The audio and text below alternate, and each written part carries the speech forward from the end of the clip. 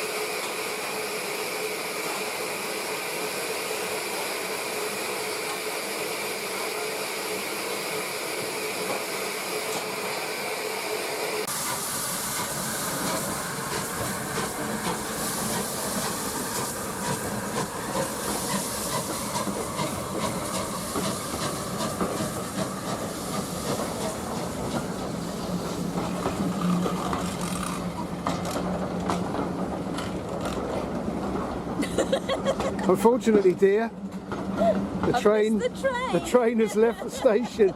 We've got to walk back.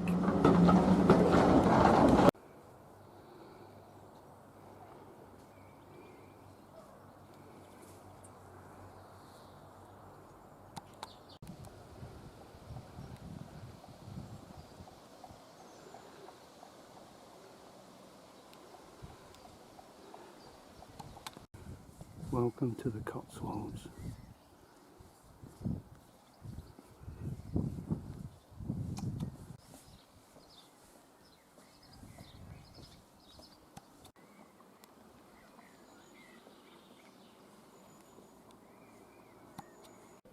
happiness is. Bon appetit. Yummy. With an allotmenter's eye, this pub's quite remarkable. So tomatoes, herbs, blueberries. We've just had some of that lettuce.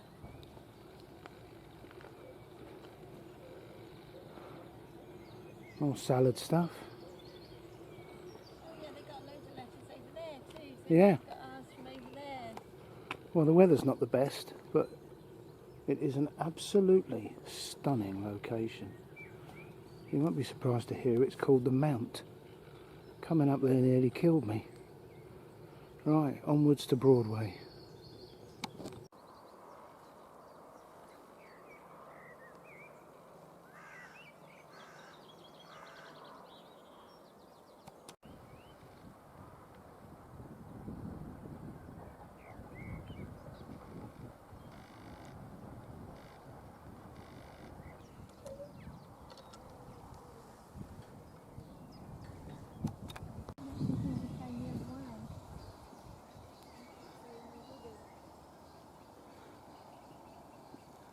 Back to Broadway.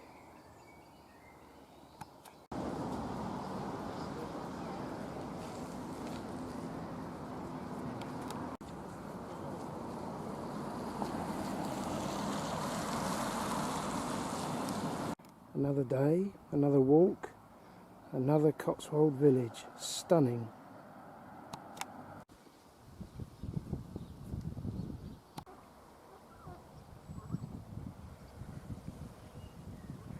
Nice lunch spot.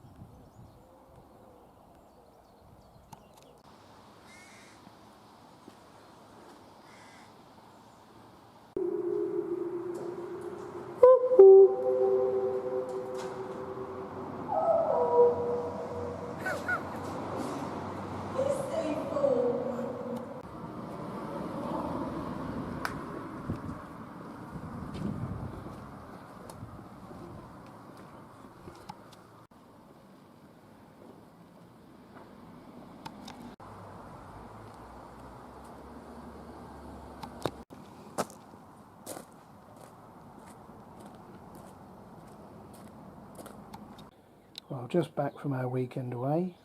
Been up the allotment to check it. And a very pleasant surprise. A really good harvest. Bit of work to do this evening to get some of that in the freezers.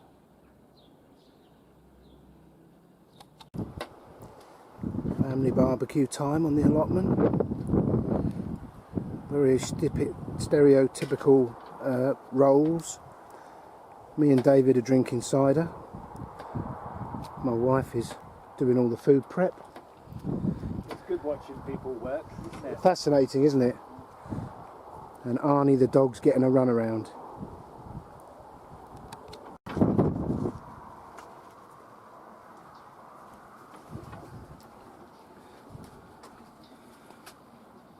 It's a mix and match.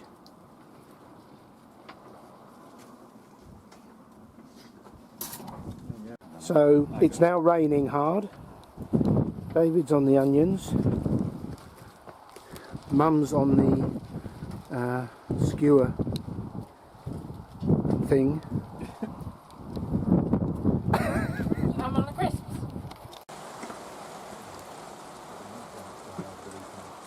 It really is raining hard. Never stopped us before. And it's not going to stop us now. We're hardy people. He has got a very large umbrella over his head. Down to the in. Where's my beer? How's it going, Dad? Yeah, it's good. It's ever so hot. I've got this up to keep the sun off me. Really? No. It's from your allotment. They are, as are the spring onions that are with them. As is the lettuce. Yeah, from the garden. Did you grow edamame beans now? Yes. Yeah. They are growing. We haven't picked them. I bought those. So now we're collecting pudding. Raspberries, blueberries and strawberries. That's what they call fresh food.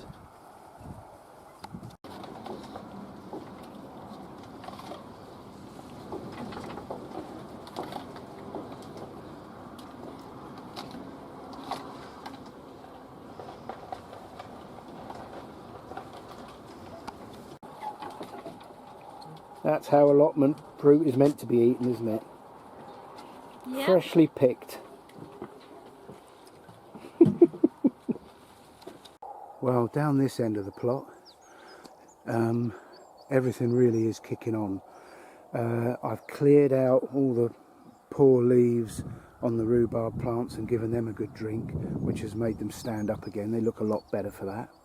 The edamame beans, which are down there, they're doing okay.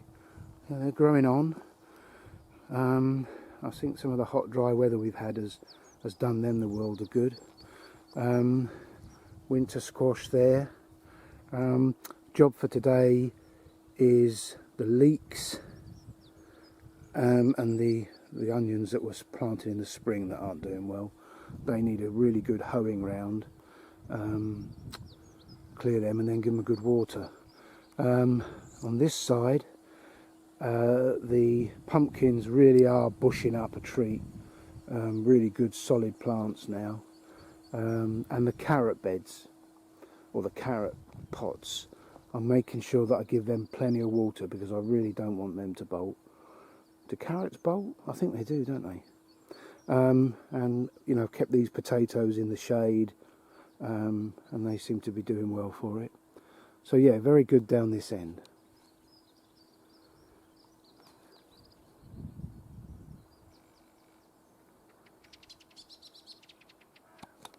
So what's going on the main plot? Right, well, those runner beans that Melvin gave me, they're doing well.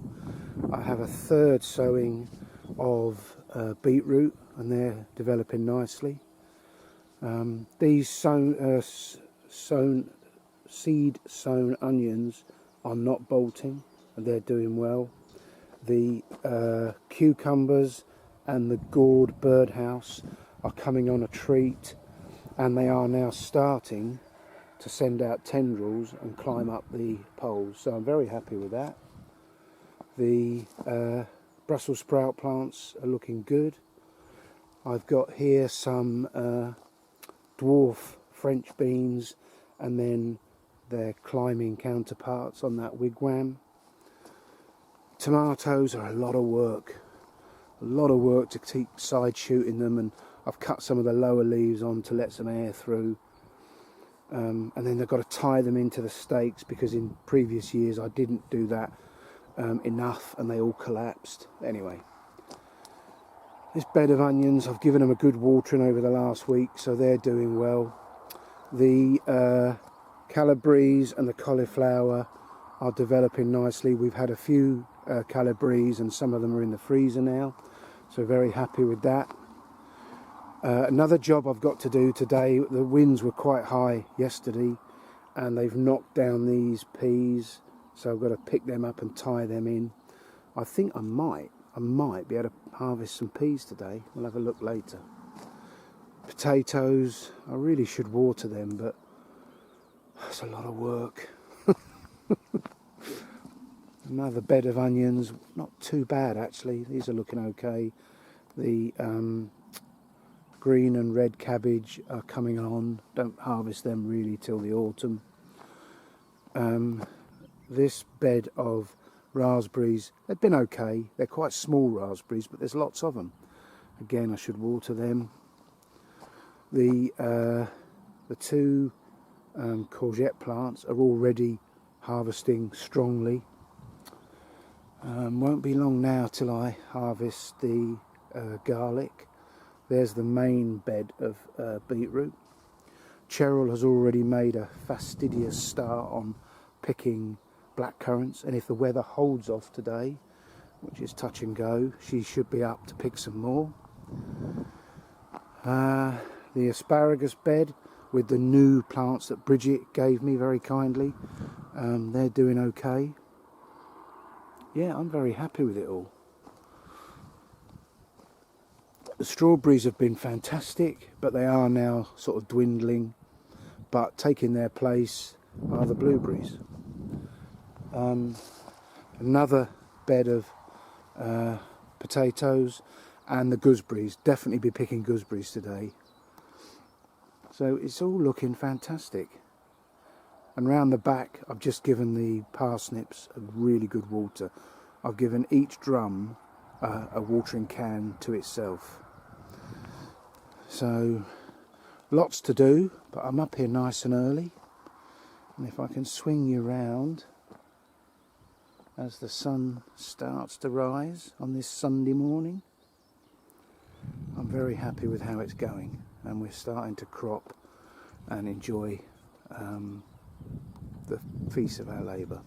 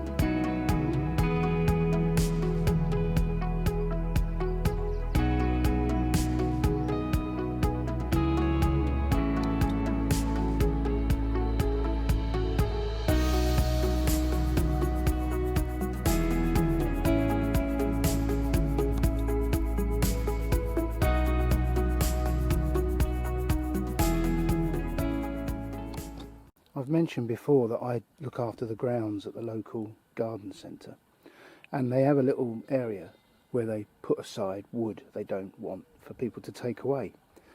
And this week, by a stroke of luck, I got there nice and early, as I do, and they had a load of tabletops. No legs, just the tabletops. They're renovating the restaurant or the cafe, and they don't want the old tables, so they stuck them out, and I got, I don't know, 20 or 30 of them, and there's some there. Somebody else got there before me and took the big long ones, which is a bit of a shame, but I've got these ones. So what am I doing with them? I'll show you. Well, I've mentioned before that my shed, whilst it was free, and I'm immensely grateful for it and I love it, it's not very strong, and it was a poor shed to begin with, a bit of a cheapie, but and it's on the very edge of the plots or the site, so it takes the bashing from the westerly winds, and the shed creaks when it gets hit by strong winds. So I wanted to reinforce it, so that's what I've done. You can't see much of it because of the photos I've put up, but I have reinforced all the way around that side, that whole length there, across here, and I've got one strip down there about 10 centimetres wide that I've got to saw some pieces and put them in. But it's really smartened it up, and you know, they're solid. They're bloody heavy and they're really solid. It's given me an opportunity to get some more of my old pictures out of the loft and stick them up here so that at least they're seeing some light of day. That's a picture of the Royal Engineer Commando Squadron, 1985, out in Cyprus. I'm in there somewhere, honest. But yeah, I'm really chuffed. What a bit of luck. And the ones I've got left over, I also got some really thick glass, and I think I might make some more cold frames, but that's for another day. Forgot to mention earlier that the broad beans have been and gone. I pulled them out this week. So I'm hoping at some point, maybe not today, but this week, to get into one of my compost heaps, get down the bottom where it's all well rotted, and top dress that with a good 2 inches, 3 inches thick of top dressing ready for a next crop, although I'm not sure what that might be. I'm pleased to say that one thing I'm getting better at is successional sowing. So today I'm going to harvest more calabrese and cauliflower from the look of it, which will create some big gaps in the beds. And sitting here I've got some Romanesco cauliflowers. I've never grown them before. I've seen them on other people's plots and they look stunning. And then I've got some purple kale, and then the rest of the gourd birdhouse that have now germinated and grown on in the greenhouse. It's no good leaving them in there. So they've got to go in somewhere today. Not sure what to do with the birdhouse things. But anyway, yeah, brought them up today. I think that's the last of the plants. But I'm going to sow some more brassicas this week, ready for sort of autumn / winter. And because I've got clubroot, so I've never bothered before. I only ever grow the clubroot resistant varieties, and I grow them in the summer and that's it. But I've got these raised beds, so I think when I take out the spinach and the spring onions, etc., in the autumn, I might sow some brassicas in them, and hopefully the clubroot hasn't got up into that soil. Yeah, I said when I first started that I'd talk to you about an RAF chap. What a fascinating story, what a lucky man. And it's from the book about the body, and it's the section on gravity, and it's unbelievable. Body size has a great deal to do with how we are affected by gravity. It will not have escaped your notice that a small bug that falls off a tabletop will land unharmed and continue on its way. That is because its small size, strictly its surface area to volume ratio, means that it is scarcely affected by gravity. What is less well known is that the same thing applies, albeit on a different scale, to small humans. A child half your height who falls and strikes her head will experience only 1/32, is that 1/32th?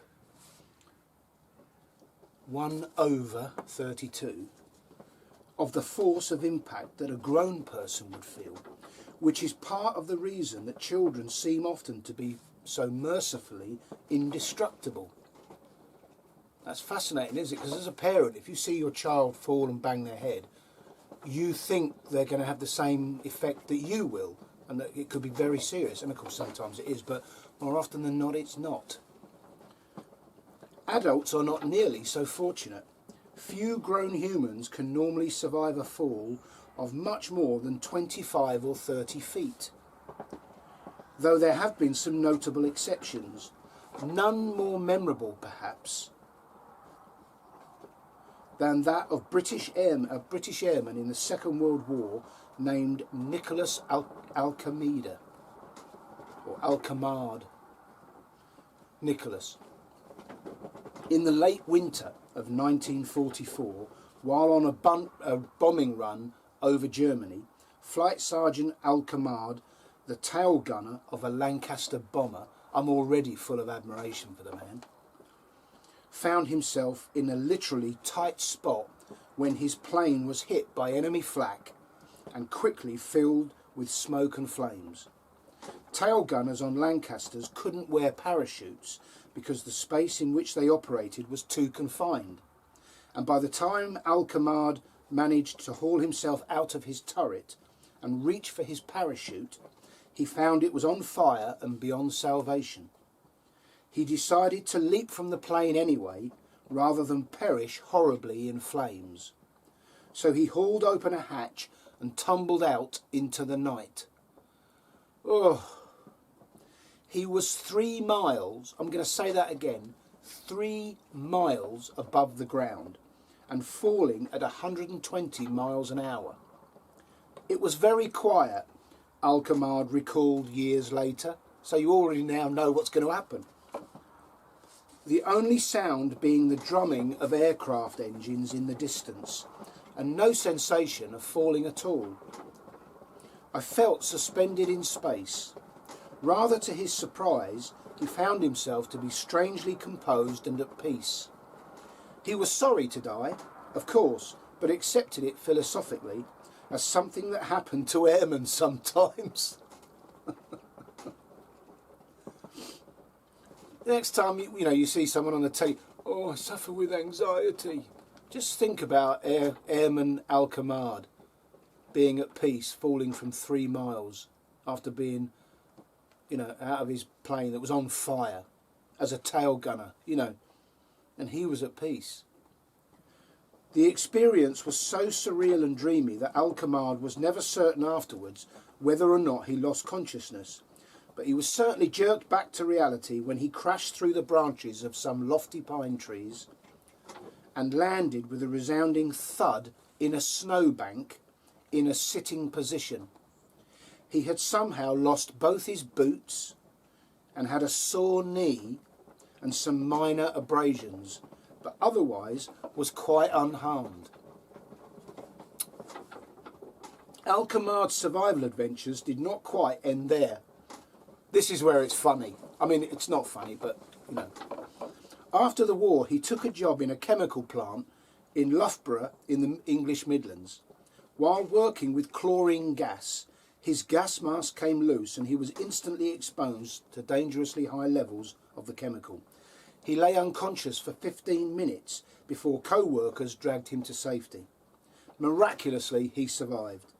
Sometime after that, he was adjusting a pipe when it ruptured and sprayed him from head to foot with sulfuric acid. He suffered extensive burns, but again survived. Shortly after returning to work from that setback, a 9-foot-long metal pole fell on him from a height and very nearly killed him, but once again he recovered. I hope he wasn't a religious man, because he might start to think by now that God really has got it in for him. This time, however, he decided not to tempt fate any longer. He took a safer job as a furniture salesman and lived out the rest of his life without incident. My God. I mean, stunning, unbelievable on so many levels. Falling from 3 miles and landing on his backside in the snow.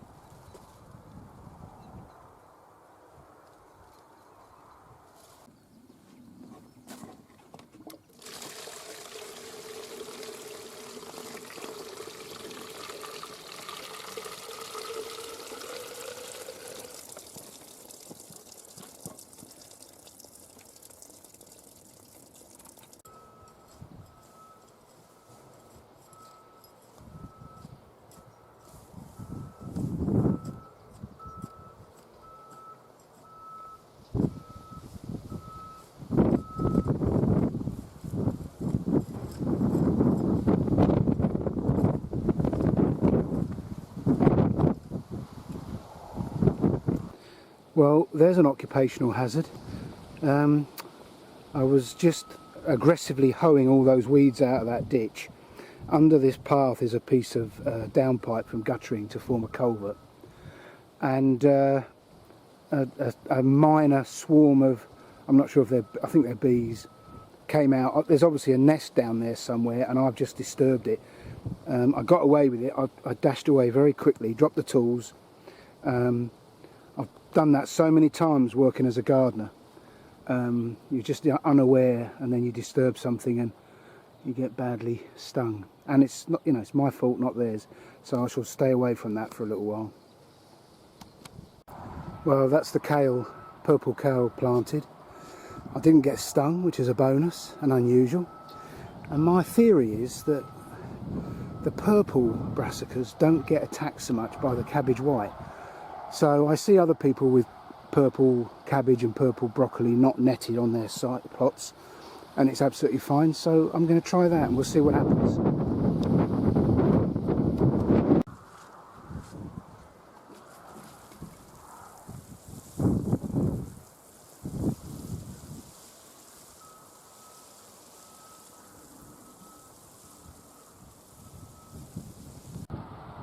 Well, that's much neater. And the onions that aren't growing I've taken out, and I've watered the rest, and hopefully they'll make it. That's the same with the leeks.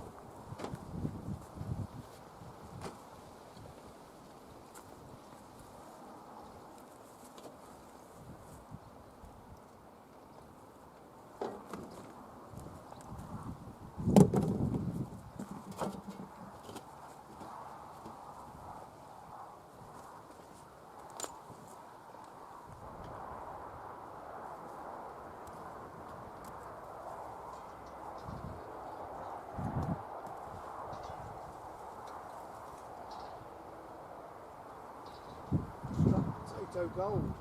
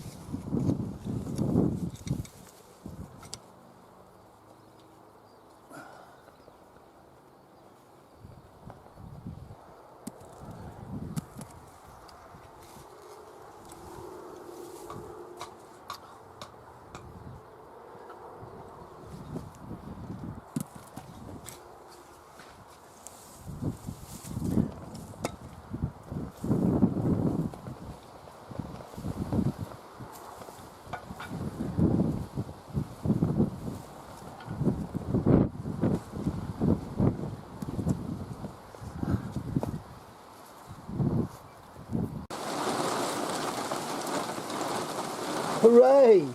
Rain!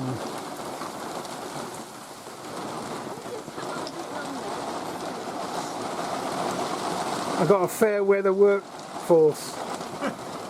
It's more safe.